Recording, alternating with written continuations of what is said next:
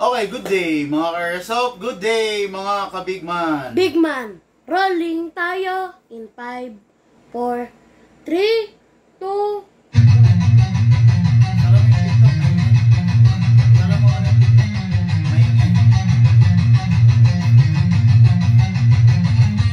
magsatabi sa daan, huwag kang babangga. Papasok si Bigman, may dala na banda. Minsan siniraan, pero di pinansin. Toxic vibes, bro, di yan sa amin. Nagka-problema, bumangon pa rin. Laban lang kahit ilang saglit. Dito sa Bigman, solid ang galawan.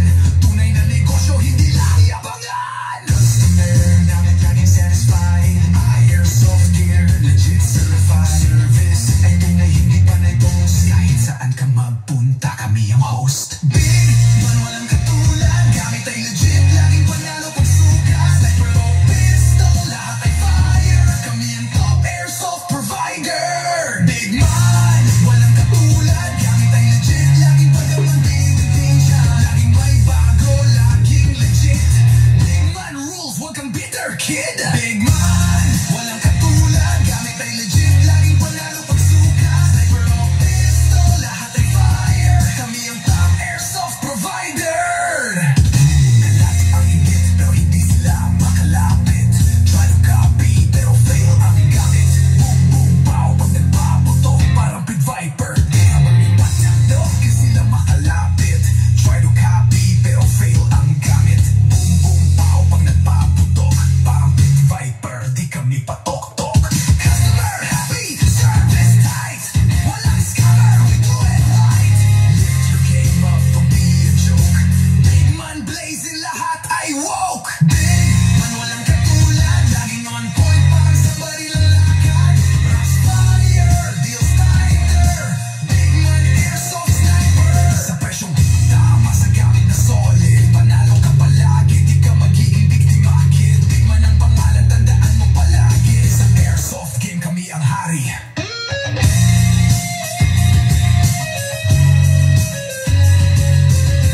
Bigman, di mo kayang tapatan. Walang gaya-gaya, panalo palagi. Kaya sa Bigman, siguradong real ka, bossing.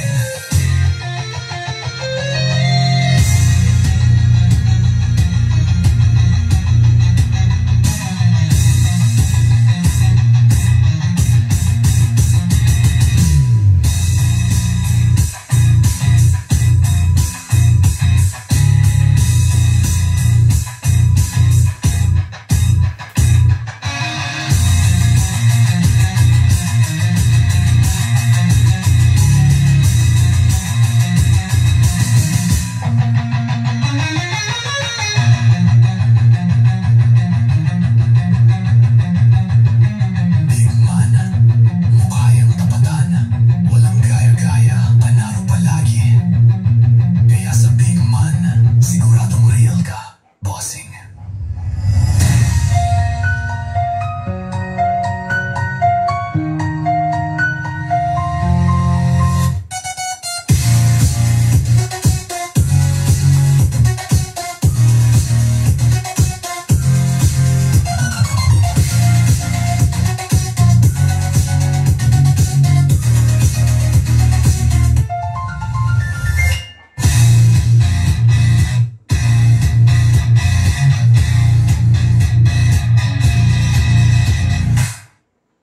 Yon, napakasarap pakinggan. Okay?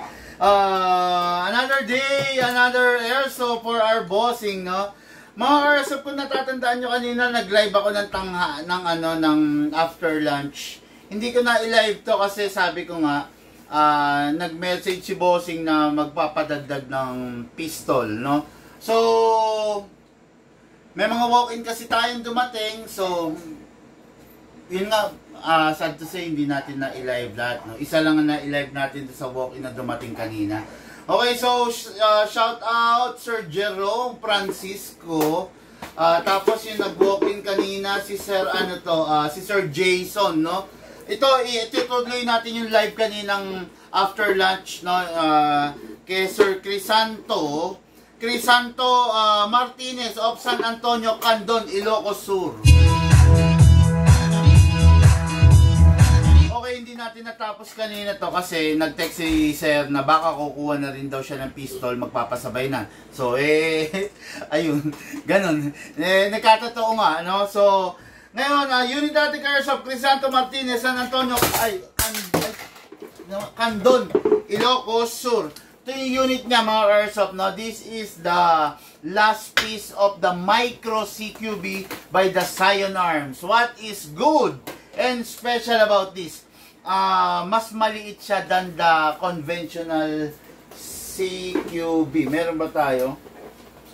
Okay, so ito ang conventional na size ng isang ng CQB. Ayan, makikita nyo, ayan, no?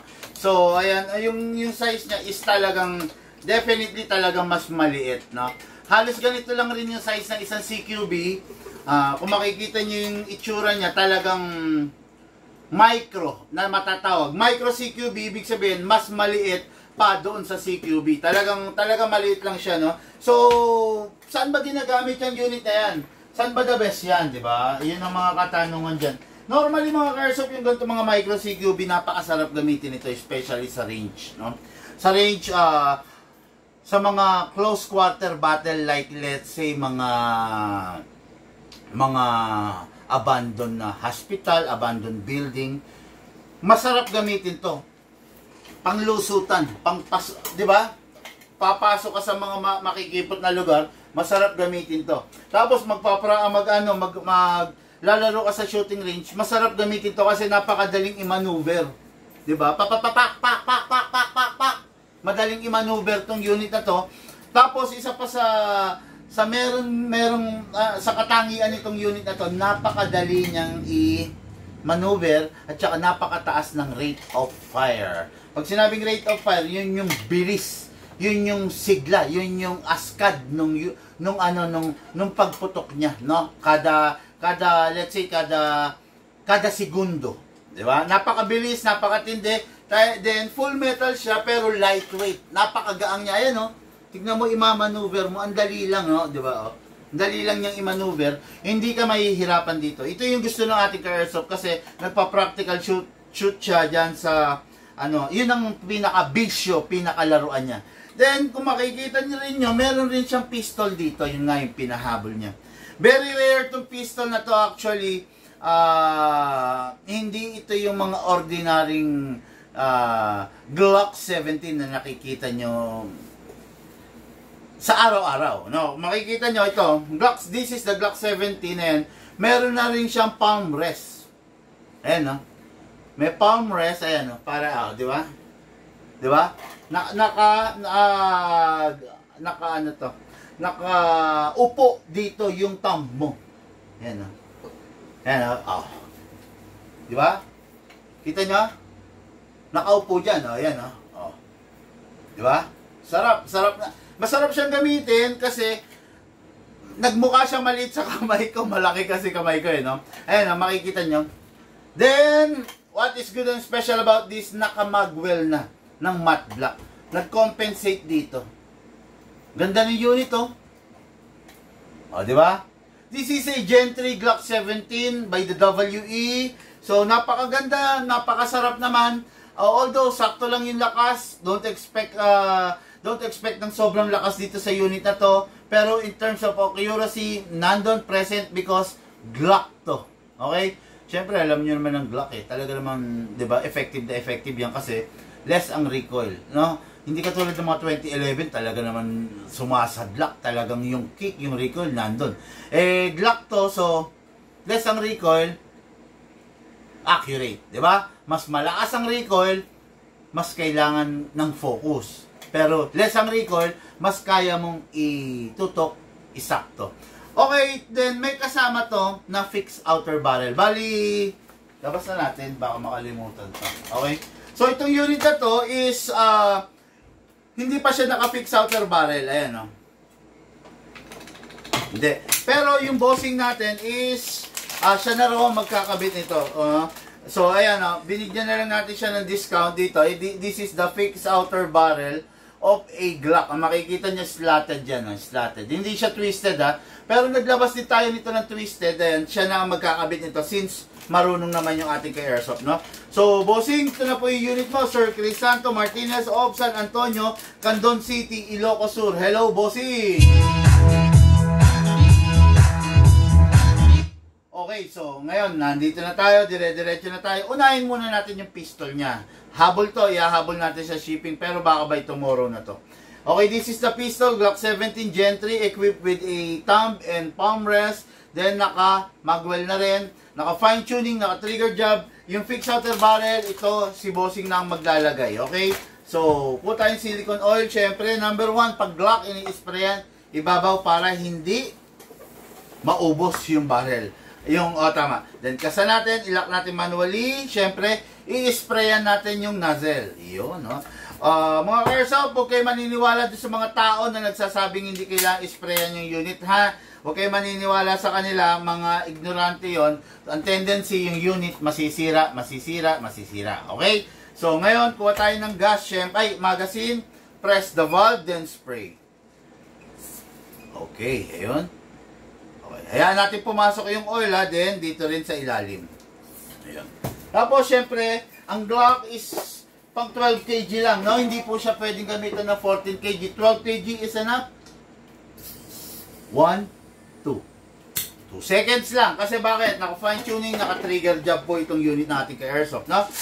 Then, ang compatible na bala pag mga ganitong unit, I do suggest 0.20, 0.25. No? 0.30 baka mahirapan, wag na natin ipilit. 0.25 is the best. 0.20, okay naman, kaya lang pag merong hangin, pwedeng tangayin. Okay?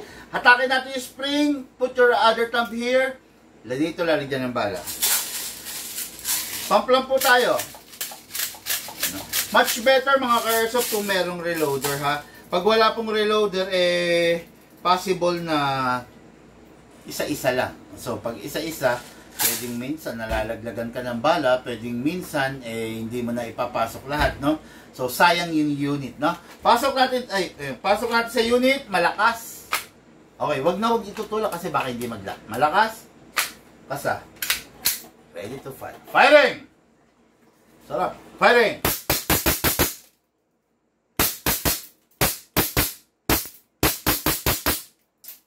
Slide. Kasi wala na pong bala. Next thing to do, release the magazine. Release the slide.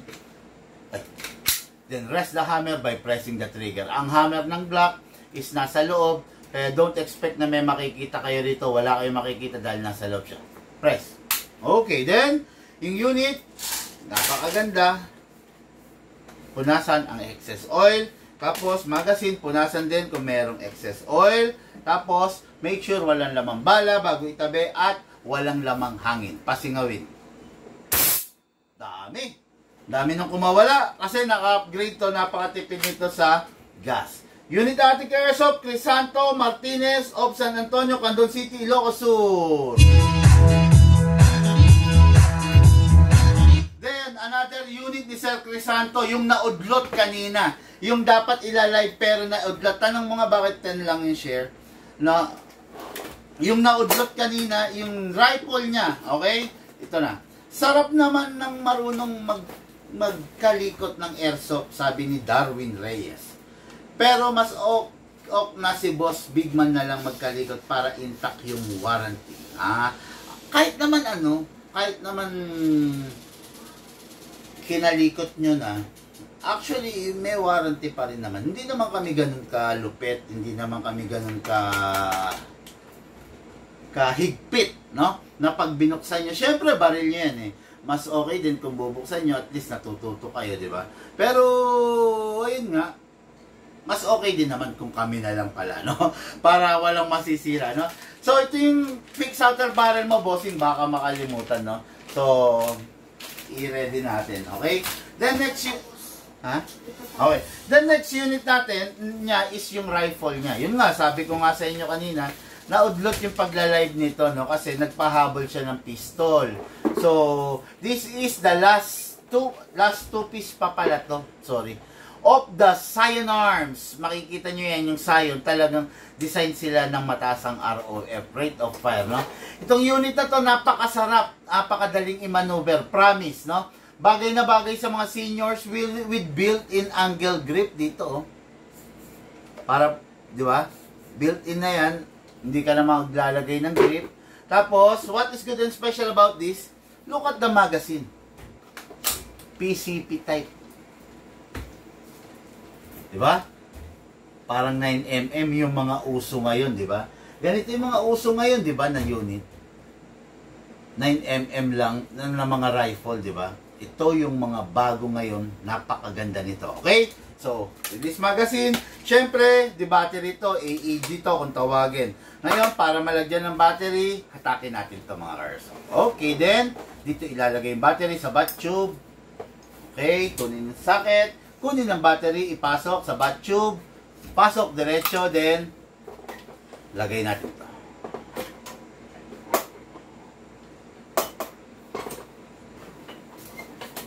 Okay, then secure the wiring, syempre, bago isara, then, saka ilalagay, ibabalik to. O, diba? Ang ganda, sarap, ang dali lang naman eh, diba? Okay, ngayon, single fire, single, rapid. Napakasarap, napakaganda. Ngayon to, para makita nyo yung eksakto niya ha, dito nilalagay yung magazine. Ay, yung bala. Wala siyang opening para ibuhos. So, in short, gagamit tayo ng reloader. Nasaan ang reloader? Yun. Gagamit tayo ng reloader. 170 rounds ang maximum na laman nito. Yung isang ganitong magazine. Okay? Ngayon, itusok yung reloader, then pump. Wala na siyang kinakamot, mga ka-airsoft, no? Dire-diretso na siya, hindi ka magkakamot sa kanya, hindi ka rin magbubukas dito sa ibabaw, pinapump sa kanya yung bala. That's it. Yan, ganyan. Pupunuin mo lang to, no? 170 round. Ngayon, pasok, going front, from front, babaliin, okay? Ayan, sakto mo muna front. That's it. Napakaganda, single fire. Ang sarap, ang lutong. Grabe to, rapid fire. Single fire. Rapid fire. Pakasarap. Single fire. Rapid fire. Okay. Okay, after that, tapos ka na maglaro, always release the magazine. Normal na may malalaglag, then clear the chamber. After you clear the chamber, you need to rest the spring. Rest natin. Rapid fire, press 1 second. Then single fire.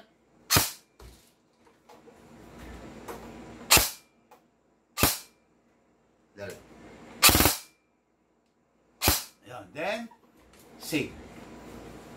Ayan. Okay, ayan. Napakaganda ng unit. Sir Crisanto Martinez of San Antonio, Candon City, Ilocos Sur.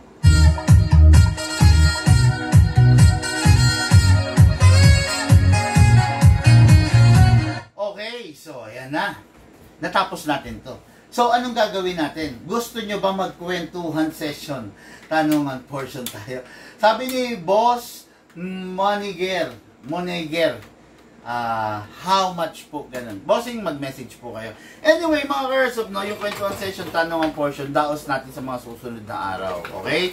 Pero, kasi mahirap mahaluan yung vlog natin ng ibang portion eh. Halimbawa, bigla nating haluan ng kwentuhan session, tanungan portion, di ba? Daos na lang po natin yun sa mga ibang araw, for sure. Maiipon ang question natin para marami tayong sagutin. Okay? Mga airsoft, maraming salamat po sa inyo. Lahat po tayo nagmula sa iba't ibang larangan. Pinagbuklod syempre at pinagbuklod at pinag-isa ng isang libangan. Yun po ang paglalaro ng airsoft. Syempre, hatid po sa inyo ng inyong lingkod, Big Man. Thank you po!